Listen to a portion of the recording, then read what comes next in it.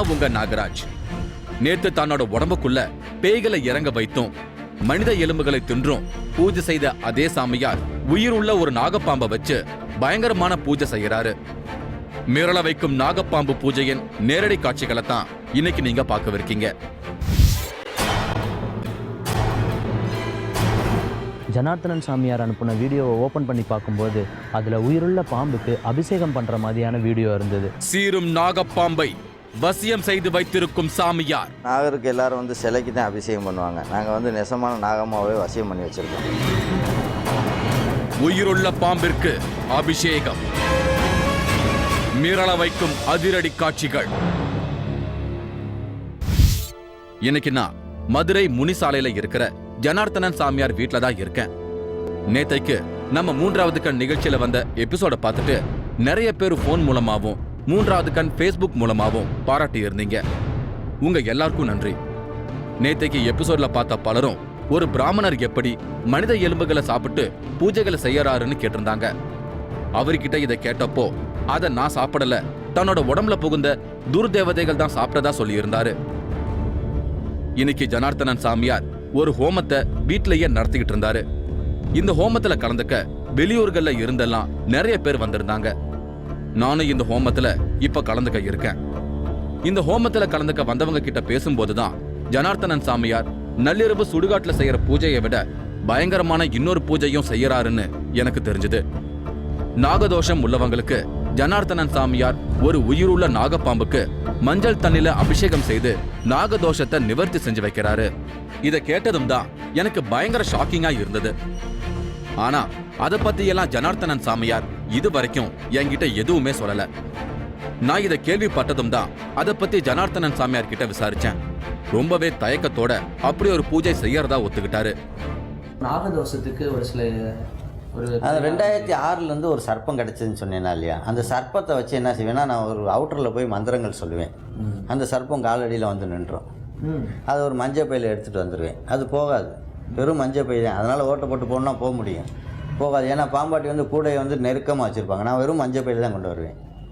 அந்த மஞ்சள் பையில் கொண்டாந்து சாதாரண உணவு வீட்டில் வச்சுட்டு இந்த மஞ்சள் பால் ஊற்றி அபிஷேகம் பண்ணுவோம் சர்ப்பத்துக்கு. அது யாருக்கு தோசை இருக்கோ அவங்களே அபிஷேகம் பண்ண சொல்லுவோம். நான் பக்கத்தில் பிடிச்சிக்கிருவேன், அவங்க பயப்படுவாங்கிறதுக்காக. அதை பிடிச்சிக்கும்போது அது தானாக இருந்துடும். அந்த மஞ்சளுக்குள்ளேயே அது இருக்கும் பாம்பு. நான் அந்த பாம்பை பார்க்க முடியுமான்னு ஜனார்த்தனன் சாமியார் கிட்ட கேட்டதுக்கு அவர் எனக்கு பாம்பை காட்ட முடியாதுன்னு சொல்லிட்டாரு. எனக்கு கொஞ்சம் ஏமாற்றம் ஆயிடுச்சு. அடுத்து என்ன நினைச்சாரோ எனக்கு சில போட்டோக்களை காட்டினாரு. அந்த போட்டோவில் ஒரு நல்ல பாம்பு ஜனார்த்தனன் சாமியாரோட கழுத்தை சுத்தி படம் எடுத்தபடி இருந்தது. இதே மாதிரி அவரோட மனைவி மகன் கழுத்துலையும் பாம்பு சுத்தி நின்னு படம் எடுத்தபடி போஸ் கொடுத்துட்டு இருந்தது.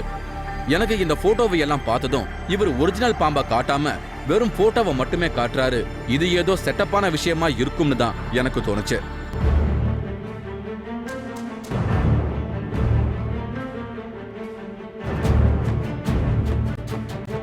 அப்புறம்தான் இவரோட மனைவி யோகேஸ்வரி கிட்ட பேசினதுல இந்த வீட்டுக்குள்ளேயே அந்த பாம்பு இருக்கு, குடும்பத்துல ஒரு உறுப்பினர் போல வளர்ந்துட்டு இருக்கிறதா சொல்ல நான் பதறி போயிட்டேன். கொஞ்ச நாளைக்கு முன்னால்தான் பாம்பு கிருஷ்ணன் கிட்ட பாம்பு கடிப்பட்டு செத்து பிழைச்சு வந்திருக்கேன். அதுவாவது ஒரு குட்டி பாம்பா இருந்தது. இது போட்டோவுல பார்க்கவே பயங்கரமா இருக்கு. அதுவும் இது விஷமுள்ள நாகப்பாம்பு வேற. கொஞ்சம் திகிலோட தான் ஷூட்டிங்கை தொடர ஆரம்பிச்சேன். யோகேஸ்வரி என்கிட்ட பேசும்போது அந்த பாம்பு இவங்க எல்லாரும் சாப்பிடும் போது பக்கத்திலேயே இருக்கும்னு, அது இவங்க காலடியிலேயே படுத்திருக்கும்னு சொன்னாங்க. அது பக்கத்தில் போகும்போது கையில் பிடிக்கும்போது நாங்கள் சாப்பிட்ற நேரத்தில் பக்கத்துலேயே உட்காந்துருக்கோம், இப்படி சைடில் உட்காந்துருக்கோம். எங்கள் மாமியாரும் இருப்பாங்க, அவங்க காலு கீழே உட்காந்துருக்கோம். பயப்படவே மாட்டாங்க, மாமியார் கூட பயப்பட மாட்டாங்க. சர்ப்பம் இருக்குன்னு சொன்னாலும் ஒன்றும் செய்ய மாட்டாங்க. வந்தவங்களுக்கும் யாருமே ஒன்றும் செய்யாது, அப்படியே உட்காருங்கன்னு சொல்லிடுவாங்க. உயிர் உள்ள நாகப்பாம்புக்கு அபிஷேகம் இது வரைக்கும் நான் கேள்விப்படாத ஒரு விஷயமா இருக்கு. அதனால அந்த நாக பூஜையை ஷூட் பண்ண முடியுமான்னு நான் ஜனார்த்தனன் சாமி கிட்ட கேட்டேன். பூஜையில தொடர்பில்லாத வெளியாட்கள் அதுல கலந்துக்க கூடாதுன்னு கண்டிப்பா மறுத்துட்டாரு. ஆனா இவர் உயிருள்ள பாம்புக்கு பூஜை செய்யறது வெளிநாடுகள்ல எல்லாம் ரொம்பவே பிரபலம். அதனால இவர் தன்னோட பாம்பு பூஜைகளை எல்லாம் வீடியோ எடுத்து வச்சிருக்காரு. சமீபத்துல நடந்த பூஜைகளோட சில வீடியோஸை எனக்கு காட்டினாரு. ஜனார்த்தனன் சாமியார் அனுப்பின வீடியோவை ஓப்பன் பண்ணி பார்க்கும்போது அதில் உயிருள்ள பாம்புக்கு அபிஷேகம் பண்ணுற மாதிரியான வீடியோ இருந்தது. அதை பார்க்கும்போதே எனக்கு கொஞ்சம் பயமாக தான் இருந்தது. நான் மட்டும் இல்லைங்க, நீங்களும் அதை பார்த்தா பயப்பட தான் செய்வீங்க. ஏன்னா படம் எடுத்து இருக்கிற நாகப்பாம்புக்கு கமண்டலத்திலிருந்து தண்ணி ஊற்றி அபிஷேகம் பண்ணுறாரு. அவர் பண்ணுறது மட்டும் இல்லாமல் எதிரில் உட்காந்துருக்கிறவங்களையும் பண்ண வைக்கிறாரு. அதை பார்க்கும்போது கொஞ்சம் பயமாக தான் இருக்குது. ஆனால் மந்திரத்துக்கு கட்டுப்பட்டனால அந்த பாம்பு எந்த ஒரு சலனமும் இல்லாமல் அமைதியாக இருக்குது. அந்த வீடியோவை தான் இப்போ நீங்கள் பார்க்க போகிறீங்க.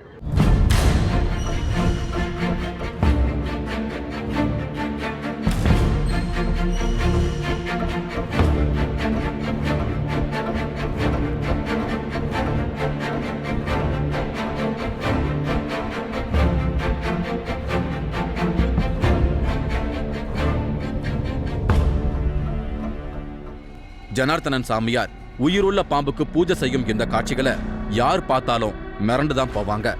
நல்லா படம் எடுத்தபடி ஆடிக்கிட்டு இருக்கு ஒரு நாகப்பாம்பு. அதை ஒரு தாம்பூல தட்டுல வைக்கிறாரு ஜனார்த்தனன் சாமி. தன்னோட கமண்டலத்துல இருந்து பாம்பு மேல தண்ணி ஊத்திக்கிட்டே இருக்காரு. சாமியாருக்கு எதிரில பரிகாரம் செய்ய வந்தவரு மடியில ஜாதகத்தை வச்சுக்கிட்டு பயத்தோட உட்கார்ந்திருந்தாரு. தட்டுல இருந்த பாம்பு திடீர்னு அங்க இருந்து நகர ஜனார்த்தனன் சாமி அந்த பாம்போட வாலை பிடிச்சு இழுத்தாரு. திரும்பவும் பிடிச்சு தட்டுல பாம்பை வச்சாரு.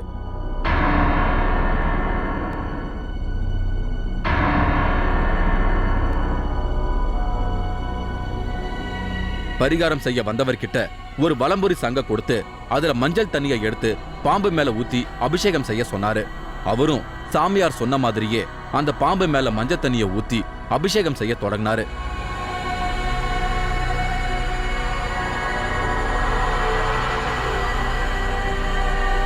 ஆனா ஒரு ஆச்சரியம் என்னன்னா, இப்படி தண்ணியை ஊத்தி அபிஷேகம் செய்யற வரைக்கும் அந்த பாம்பு அந்த தட்டிலேயே அமைதியா படுத்திருந்தது. இதத்தான் என்னால நம்பவே முடியல. பரிகார பூஜை செய்யறவரோட நாகதோஷம் நிவர்த்தி ஆகிற வரைக்கும் பாம்பு அந்த தட்டுல இருக்கிற மஞ்சள் தண்ணியிலேயே இருக்கும்னு இதுக்கு விளக்கம் சொல்றாரு ஜனார்த்தனன் சாமி. அந்த தோசை விலகின பிறகுதான் வெளியே வரும். அதுக்கே தெரியும். அது வெளியே வராது, அதுக்குள்ளேயே அடங்கி இருக்கும். அது வெளியே வந்த பிறகு அந்த மஞ்சள் எடுத்து பூசி அந்த பாம்பு எடுத்து மறுபடியும் சுத்தப்படுத்திட்டு நல்ல தண்ணியில் சுத்தப்படுத்திட்டு மறுபடியும் மஞ்சள் பையில எடுத்து வச்சிருவோம். உயிரை பணயம் வச்சு ஒரு உயிருள்ள பாம்புக்கு இப்படியெல்லாம் அபிஷேகம் செய்யத்தான் வேணுமான்னு நான் மனசுக்குள்ள கேட்டுக்கிட்டே இதையெல்லாம் பார்த்துக்கிட்டு இருந்தேன். என்னோட கேள்வி பாம்புக்கு கேட்டுடுச்சு போல. அமைதியா தட்டுல படுத்திருந்த பாம்பு டக்குன்னு எதிரில் அபிஷேகம் செய்துட்டு இருந்தவரை கொத்துற மாதிரி போச்சு. அவ்வளவுதான், ஆள் காலின்னு நான் முடிவு பண்ணிட்டேன். ஆனா ஜனார்த்தனன் சாமி டக்குன்னு சுதாரிச்சு பாம்பை பிடிச்சுக்கிட்டாரு. பார்த்துக்கிட்டு இருந்த எனக்கே பகீர்னு ஆயிடுச்சு.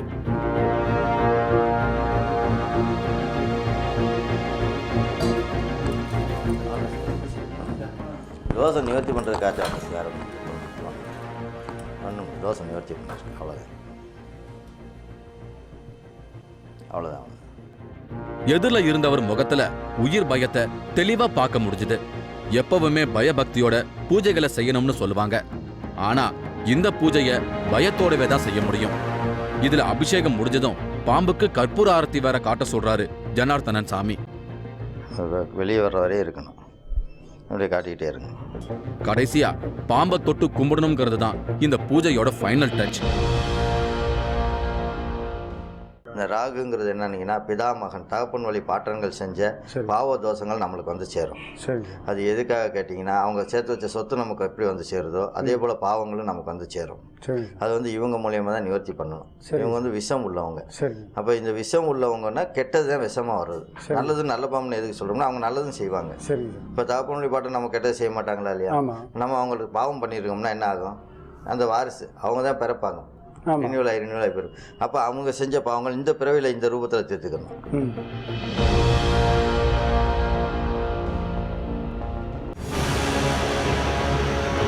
புதையல் எடுக்கிற இடத்துக்கு போகணும்னு சொல்லி ஒரு மலையாளத்துக்கார் கூப்பிட்டு போனார். அங்கே போனால் அங்கே புதையல் இருந்த பாம்பு வந்து என் உடம்புல வந்து நின்றுச்சு, மடியில் வந்து நின்றுச்சு.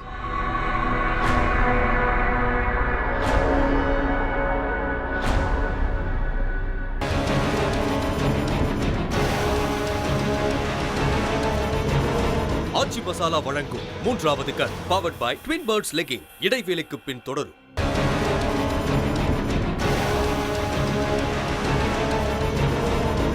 ஆச்சி மசாலா வழங்கும் 3வது கண் powered by Twin Birds legging தொடர்கிறது.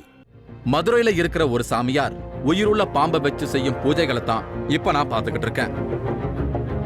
இந்த பாம்பு ஜனார்த்தனன் சாமியார தேடி வந்ததுக்கு பின்னாலேயும் ஒரு சுவாரஸ்யமான சம்பவம் இருக்கு. அத பத்தி எனக்கு சாமி விளக்கமா சொன்னாரு. ஜனார்த்தனன் சாமி மாந்திரிகம் கத்துக்கிட்ட ஆரம்ப காலத்துல ஒரு புதையலை எடுக்க போயிருக்காரு. புதையல் எடுக்க போன இடத்துல ஒரு நல்ல பாம்பு வந்து ஜனார்த்தனன் மடியில உட்கார்ந்துருக்கு. அத பார்த்து முதல்ல பயந்து போயிருக்காரு. ஆனா இவருக்கு மாந்திரிகம் சொல்லி கொடுத்தவரு அந்த நாகம் ஜனார்த்தனன் சாமியார நாடி வந்திருப்பதா சொல்லியிருக்காரு. அதுல இருந்து பல வருஷங்களா இவரோடவே வாழ்ந்துட்டு இவர் குடும்பத்தோட ஒருத்தரா வளர்ந்துட்டு வருது இந்த பாம்பு. அப்போ ஒரு வாட்டி வந்து என்னன்னா புதையல் எடுக்கிற இடத்துக்கு போகணும்னு சொல்லி ஒரு மலையாளத்துக்காரர் கூப்பிட்டு போனார். அங்கே போனால் அங்கே புதையல் இருந்த பாம்பு வந்து என் உடம்புல வந்து இருந்துருச்சு, மடியில் வந்து நின்றுச்சு. எனக்கு பயமாக இருக்கேன், நான் ஒரு லௌதிகவாசி, நான் குடும்பத்தில் இருக்கேன், இந்த பாம்பை வச்சுலாம் என்னால் மெயின்டைன் பண்ண முடியாது அப்படின்னு. இல்லை, இது உங்கள்கிட்ட வந்திருக்கு, உங்கள்கிட்ட இருக்குது, உங்களுக்கு ஒன்றும் செய்யாது, நான் ஒரு சில மந்திரம் சொன்னோன்னே இது கட்டுப்பட்டுரும். அப்புறம் படம் எடுத்துக்கிட்டு இருந்த பாம்பு இப்படி கை தொட்டோன்னே கட்டுப்பட்டுருச்சு. இது வந்து இதில் தேனி பக்கத்தில் ஒரு ஊரில் வந்தது. அங்கேருந்து வந்தோடனே இது எங்கே இருந்தாலும் உனக்கு வந்துடும், நீ எங்கேருந்து மந்திரம் சொன்னீங்களாலும் வந்துடும், இதை வச்சு நீ வந்து அபிஷேகம் பண்ணி இந்த மஞ்சளை வந்து பூசுறதுக்கு கொடு, நாகதோஷம் உள்ளவங்களுக்கு நாகதோஷம் எடுபட்டுரும், அந்த பாம்பு நீ எங்கேருந்து அவுட்டரில் நின்று கூப்பிட்டாலும் வந்துடும் அப்படின்னு சொல்லிட்டு போனார். எனக்கு அப்பவும் சரி தான், சரி செஞ்சு பார்ப்போம் அப்படின்னு சொல்லி செஞ்சேன். நாகதோஷத்தை பரிகாரம் செய்ய எல்லாரும் திருநாகேஸ்வரம் போவாங்க. இன்னும் சிலர் ராகு கேது ஸ்தலங்களுக்கு போவாங்க. ஒரு சிலர் புத்துக்கு பால் ஊத்துவாங்க. ஆனா எனக்கு தெரிஞ்சு உயிரோட இருக்கிற பாம்புக்கு இப்படி அபிஷேகம் செய்து கற்பூரம் காட்டி தோஷத்தை நிவர்த்தி செய்யறத நான் இங்கதான் முதன்முறையா பார்க்கறேன். எனக்கு இது புதுசா மட்டும் இல்லாம ஒரு திகிலான பூஜையாவும் இருந்தது. பூஜைக்கு பயன்படுத்துற இந்த பாம்பு பல் பிடுங்கப்பட்ட பாம்பான்னு விவரம் தெரிஞ்சவங்க கிட்ட நான் விசாரிச்சேன். அவங்க எல்லாருமே இல்லைன்னு சொன்னாங்க. அது மட்டும் இல்லாம பாம்பு பல்ல பிடுங்கிட்டா அது ரொம்ப நாள் உயிர் வாழ முடியாதுன்னு ஏற்கனவே பாம்பு கிருஷ்ணன் எனக்கு சொல்லியிருக்காரு.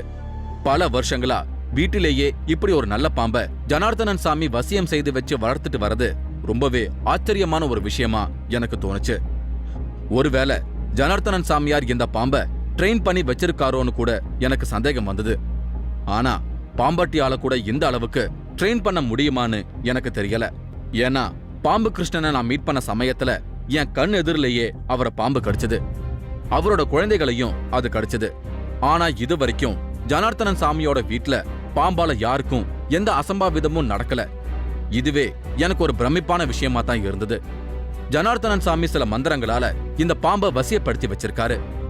புதையல் எடுக்க போன சமயத்துல இவரை தேடி வந்த இந்த பாம்பு கிட்ட தன்னையோ தன் ரத்த சம்பந்தம் உள்ளவங்களையோ தீண்டக்கூடாதுன்னு பாம்பு கிட்ட சத்திய பிரமாணம் வாங்கியிருக்காரு ஜனார்த்தனன் சாமி. அதே மாதிரி இவரோட மனைவி யோகேஸ்வரி என்கிட்ட பேசும்போது ஜனார்த்தனன் சாமி தனக்கும் குழந்தைகளுக்கும் கூட பாம்பை வசியப்படுத்துற மந்திரங்களை சொல்லி கொடுத்திருப்பதா சொன்னாங்க. இப்போ அந்த சர்ப்பத்தெல்லாம் பார்க்கும்போது உங்களுக்கு ஒரு பயம் ஏற்படலையா? இல்லை, முத கொண்டு வரும்போது எனக்கு வந்து ஏன் இப்படியே கொண்டு வந்திருக்கீங்க, பிள்ளைகள் இருக்காங்களேன்னு கேட்டேன். அது ஒன்றும் செய்யாது, இது சாமியே எங்கள்கிட்ட வந்திருக்கு, மந்திரத்துக்கு கட்டுப்பட்டு தான் வந்திருக்கு, ஒன்றும் செய்யாது, சரின்னு சொல்லிட்டேன். அந்த மந்திரம் எல்லாருக்கும் சொன்னாங்க, என் பசங்களுக்கும் எனக்கும் சொல்லி கொடுத்தாங்க. எப்பவும் சொன்னால் போதும், அது அமைதியாக இருந்துடும். அப்போ அந்த மந்திரத்தை சொன்னாதான் அது வந்து கட்டுப்படும், வேற எதுக்கும் கட்டுப்படாது. ஏதோ ஒரு மந்திரத்துக்கு கட்டுப்பட்ட மாதிரி தான் இந்த நாகப்பாம்பு இவர்கிட்ட அடங்கி இருக்கு. வீட்டுல நாய் வளர்க்குறாங்கன்னு தெரிஞ்சாலே அந்த வீட்டுக்குள்ள நுழைய 100 முறை யோசிக்கிறவன் நான். இன்னைக்கு இப்படி பாம்பு வளர்க்குற வீட்டுக்குள்ள சிக்கிட்டதை நினைச்சாதான் எனக்கே என் மேல கோவமா வந்தது. இப்படி உயிருள்ள பாம்புக்கு அபிஷேகம் செஞ்சு அந்த மஞ்சள் தண்ணியை தான் வரவங்களுக்கு பிரசாதமா கொடுக்கிறாரு ஜனார்த்தனன் சாமி. ஆண் பெண் வித்தியாசம் இல்லாம எல்லாரையுமே அந்த கஸ்தூரி மஞ்சள் பிரசாதத்தை முகத்துல பூசிக்க சொல்றாரு. அப்படி செஞ்சா தடைகள் விலகும், நம்மோட வேண்டுதல்கள் நிறைவேறும் அப்படிங்கிறது தான் இந்த பாம்பு பூஜையோட ஸ்பெஷாலிட்டி. என் பையனுக்கு ஏற்கனவே ஜாதகம் காட்டினதில் கடத்துற தோஷம் என்று சொன்னீங்க. சரி, இப்போ நாகதோஷம் நிவர்த்தி பண்ணுறதுக்கு என்ன பரிகாரம் பண்ணுறீங்க நீங்கள்? அதாவது நாகருக்கு எல்லாரும் வந்து சிலைக்கு தான் அபிஷேகம் பண்ணுவாங்க. நாங்கள் வந்து நெசமான நாகமாகவே வசியம் பண்ணி வச்சுருக்கோம். அது பாட்டுக்கு சத்தியத்துக்கு கட்டுப்பட்டுருக்கோம். இதுக்கு நீங்கள் 3 வாட்டி மஞ்சள் தண்ணி ஊற்றி அபிஷேகம் பண்ணிட்டு இந்த மஞ்சளை வந்து முகத்தில் பூசிக்கிட்டானா, பையன் பூசிக்கிட்டானா, இந்த மஞ்சள் பூசினா முடி வளராமல் போகும், தாடி வளராதுலாம் நினைக்க வேணாம், பொம்பளையும் தான் பூசணும்னு நினைக்க வேணாம். இந்த மஞ்சள் வந்து கஸ்தூரி மஞ்சள், லேசாக பூசிக்கிட்டாலே போதும். நாங்கள் தண்ணியாக தான் கொடுப்போம். அதை பூசிக்கிட்டால் அந்த முக கவர்ச்சிகள் கிடைக்கும். இந்த நாகதோஷம் இருள் அடித்த மாதிரி இருக்கிறதுனால தான் உங்களுக்கு வந்து திருமணங்கள் முடிய மாட்டேங்குது. பார்க்குற பொண்ணுக்கு வந்து இவருக்கையாக கட்டிக்கிறது அப்படிங்கிற மாதிரி எல்லா வசதிகள் இருந்தாலும் முகத்தோட்டம் நல்லா இருந்தாலும் எடுபடாது. இதை பூசிக்கிட்டால் உடனே எடுபடும். அதனால் இதை பூசிக்கிட்டு போட்டோம், உங்கள் பையனுக்கு உடனே 6 மாதத்தில் கல்யாணம் முடியும். அது மட்டும் இல்லாம விஷமுள்ள பாம்புக்கு இப்படி அபிஷேகம் செஞ்ச மஞ்சள் நீர் விஷக்கடிக்கு மருந்துன்னு சொல்றாரு ஜனார்த்தனன் சாமி. உங்கள் குடும்பத்தில் யார் வேணாலும் பூசிக்கலாம். எங்கே வந்து விஷக்கடி இருந்தாலும் சரி, அந்த மஞ்சளுக்கு லேசாக பூசிக்கிட்டோம்னா விஷக்கடியெல்லாம் நிவர்த்தி ஆயிரும். தட்டுல பாம்புக்கு அபிஷேகம் செய்யும் போது பூஜை செய்யறவங்க தன்னோட தாய் வழி தந்தை வழி முன்னோர்களை மனசுல நினைச்சுக்கிட்டு பூஜை செய்யணும்னு இவர் சொல்றாரு. தாய் வழி பாட்டம் தகப்பன் வழி பாட்டம் அவங்க 2 பேரும் நினச்சிங்க. அவங்க செஞ்ச பாவம் புண்ணியங்கள் தான் நாங்கள் இந்த பிறவியில் அனுபவிக்கிற இன்ப துன்பங்கள் போகிறோம். அபிஷேகம் முடிச்சிட்டு பாம்புக்கு கற்பூரம் காட்ட சொல்றாரு. அப்படி அவங்க பாம்புக்கு கற்பூரம் காட்டும் போது ஜனார்த்தனன் சாமியார் தன் விரல்கள்ல சில முத்திரைகளை பிடிச்சு ஏதோ சில மந்திரங்களை உச்சாடனம் செய்யறாரு.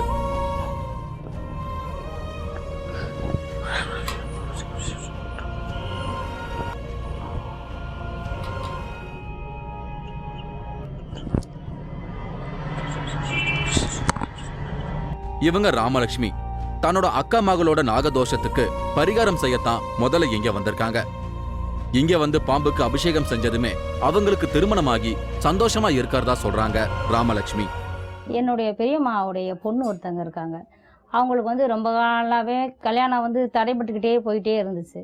கொஞ்ச நாள் அது பொண்ணுடைய அது கவலையோ இல்லை மனக்கவலையோ நம்ம சொல்ல முடியாது. பட் ஆனால் அது குழந்தை வந்து முகமே ஒரு ஈழடைஞ்ச மாதிரி, பேசுகிறது வந்து கொஞ்சம் யாரோடைய ரிசர்வ் டைப்பாக இந்த மாதிரியே பேசாமல் இருந்துச்சு. அப்புறம் பார்க்குறப்ப இந்த மாதிரி நாகதோஷம் இருக்குன்னு 2-3 ஜோசியர் சொன்னாங்க.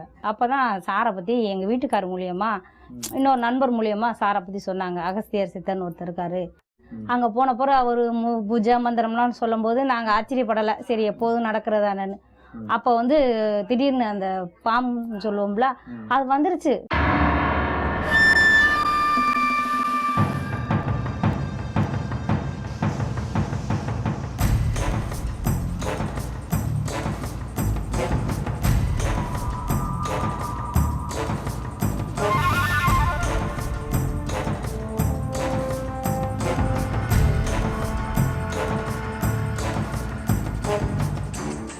எனக்கு கொஞ்சம் படபடன்னு ஆயிடுச்சு பார்க்கும்போது.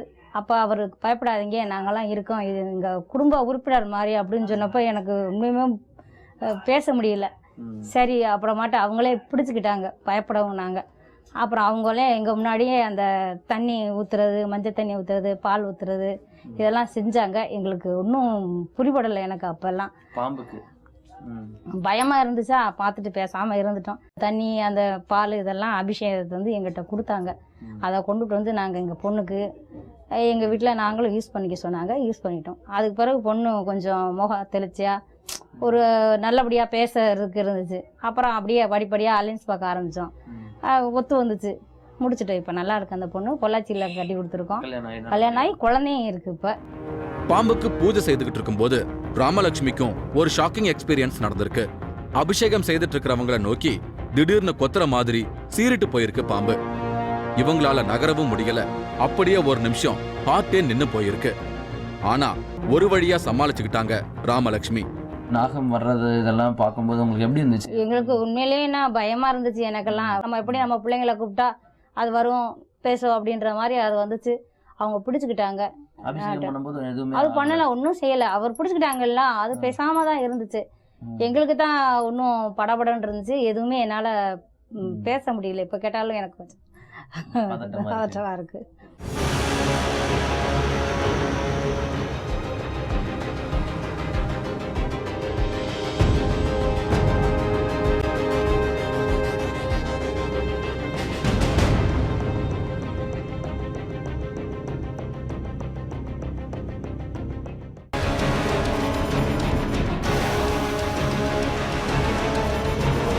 ஆச்சி மசாலா வழங்கும் 3வது கண் powered by Twin Birds legging. இடைவேளைக்கு பின் தொடரும்.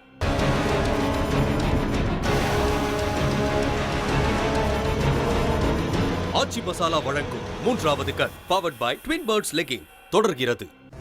நான் இப்போ மதுரையில இருக்கேன். இங்க இருக்கிற ஜனார்த்தனன் சாமி உயிருள்ள பாம்பை வசியம் செஞ்சு வீட்லயே வச்சுக்கிட்டு இருக்காரு. அதை வச்சு வரவங்களுக்கு ஒரு பரிகார பூஜை நடத்துற மிரட்டலான காட்சிகளைத்தான் இப்ப நான் பார்த்துக்கிட்டு இருக்கேன்.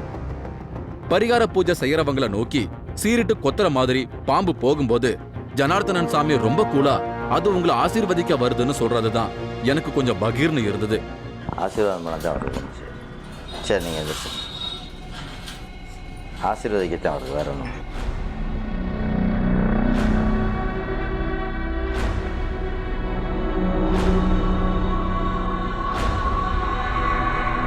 ஆனாலும் கொத்த வர பாம்பு நம்மள ஆசீர்வதிக்க வரதா எதிரில் இருக்கிறவங்களால எப்படி அமைதியா உட்கார்ந்துருக்க முடியும்? பார்த்துக்கிட்டு இருக்கிற நமக்கே பயமா இருக்கும்போது எதிரில் இருக்கிறவங்க இன்னும் கொஞ்சம் திகிலடிச்சு தான் போவாங்க. தட்டில் படுத்திருந்த பாம்பு வெளியே வரும்போதெல்லாம் பாம்பை இப்படித்தான் பிடிக்கணும்னு சொல்ற மாதிரி ப்ரிப்பேரா எல்லாம் அவர் பாம்பை பிடிக்கிறது இல்ல. கண்டபடி பாம்போட வால் நுனியை பிடிச்சுதான் இழுக்கிறாரு. அது சடேர்னு அவரையே திரும்பி கொத்துற மாதிரி எல்லாம் சீறிட்டு போகுது. ஆனா அவர் எதுவுமே செய்யறதில்ல. இதுதான் இவர் இந்த பாம்பை வசியப்படுத்தி வச்சிருக்காருன்னு சொல்றத நம்பும்படியா இருக்கு. இது தனக்கு புதையல் எடுக்க போன இடத்துல தன்னை தேடி வந்த பாம்பு மட்டும் இல்ல, எந்த பாம்பா இருந்தாலும் தனக்கு கட்டுப்படும்னு இவர் சொல்றதுதான் பிரமிப்பான விஷயமா இருந்தது. அது வந்து நீங்கள் பழக்கப்பட்ட ஒரு பாம்பு. எதுவாக இருந்தாலும் வரும். மிருகங்கள் பூராமே மனுஷனுக்கு கட்டுப்படுங்க. இந்த பரிகார பூஜை நடக்கிற சமயங்கள்ல பாம்பு திடீர்னு அவருக்கு கட்டுப்படாம படம் எடுத்தும் சீருது. அவரே அதை கட்டுப்படுத்த சில சமயங்கள்ல திணறுவதா தான் எனக்கு தோணுச்சு. படம் எடுத்து ஆடுற பாம்பை கையில இருக்கிற கமண்டலத்தை காட்டி கண்ட்ரோல் பண்றாரு. ஜனார்த்தனன் சாமியோட உடம்பு மேல சர்வ சாதாரணமா ஏறி போகுது.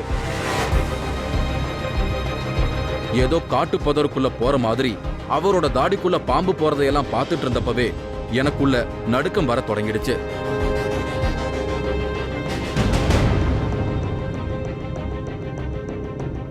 ஜனார்த்தனன் சாமி இந்த பரிகார பூஜையெல்லாம் முடிஞ்சதும் பாம்பை எடுத்து தன்னோட கழுத்துல மாலை மாதிரி 2 பக்கமும் போட்டுக்கிட்டாரு. கண்களை மூடி விரல சில முத்திரைகளை பிடிச்சு தியானத்துல உட்கார்ந்துகிட்டாரு. அவரோட உதடுகள் ஏதோ சில மந்திரங்களை உச்சரிக்க தொடங்குச்சு. இவருக்குள்ள சில அமானுஷ சக்திகள் வரும்போது இவரோட உடல் வினோதமா குலுங்கும், தலை ஆடும். பாம்பை கழுத்துல போட்டு தியானத்துல இறங்குனதும் சாமியாரோட உடல் குலுங்க தொடங்குச்சு. அந்த இடமே ஒரு அமானுஷ உணர்வால அதிர்வலைகள் பரவ நான் அங்கிருந்து விலகினேன். உயிருக்கு பணயம் வச்சு உயிருள்ள பாம்புக்கெல்லாம் பூஜை செய்யறது ரொம்பவே ஆபத்தானது. பிரச்சனைகளை எதிர்கொள்ள முடியாம சிலர் தற்கொலை முயற்சியில இறங்குற மாதிரி தான். பிரச்சனைக்கு தீர்வா இப்படி ஆபத்தான முயற்சிகளையும் சிலர் செய்து பார்க்கறாங்க. விபரீதமான பூஜைகளும் நடக்குதுன்னு வெளி உலகத்துக்கு காட்ட நினைச்சதோட விளைவுதான் இன்னைக்கு எபிசோட். மத்தபடி உங்க பிரச்சனைக்கு இப்படி ஆபத்தான பூஜைகள் செய்வது மட்டும் தீர்வல்ல அப்படிங்கறதையும் உங்களுக்கு நான் இப்பவே சொல்லிடுறேன். இதே போல மீண்டும் ஒரு வித்தியாசமான நிகழ்ச்சியில நான் உங்களை சந்திக்கிறேன். அதுவரை உங்களிடமிருந்து விடை பெறுகிறேன்.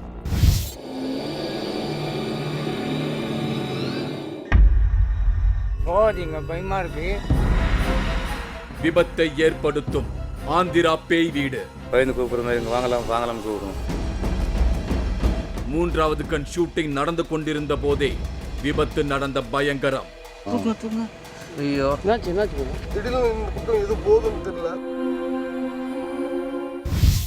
நீங்களும் இந்த திகில் பயணத்தில் கலந்து கொள்ள ஒரு வாய்ப்பு.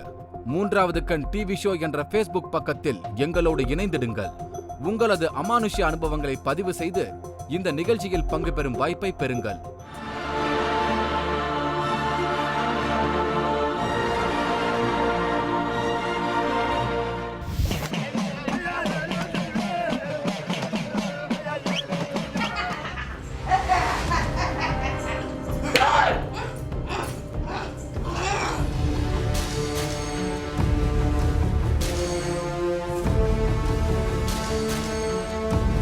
இப்ப நீதி கிடைக்கணும். அந்த வாரத்துக்குள்ள என்ன 40,000 உத்தரவா குறையில்லாம 8 நாளைக்கு அவ ரத்தத்தை சின்ன வச்சு அவ கறியை சின்ன வச்சு உங்களை நீ கொடுக்கணும்.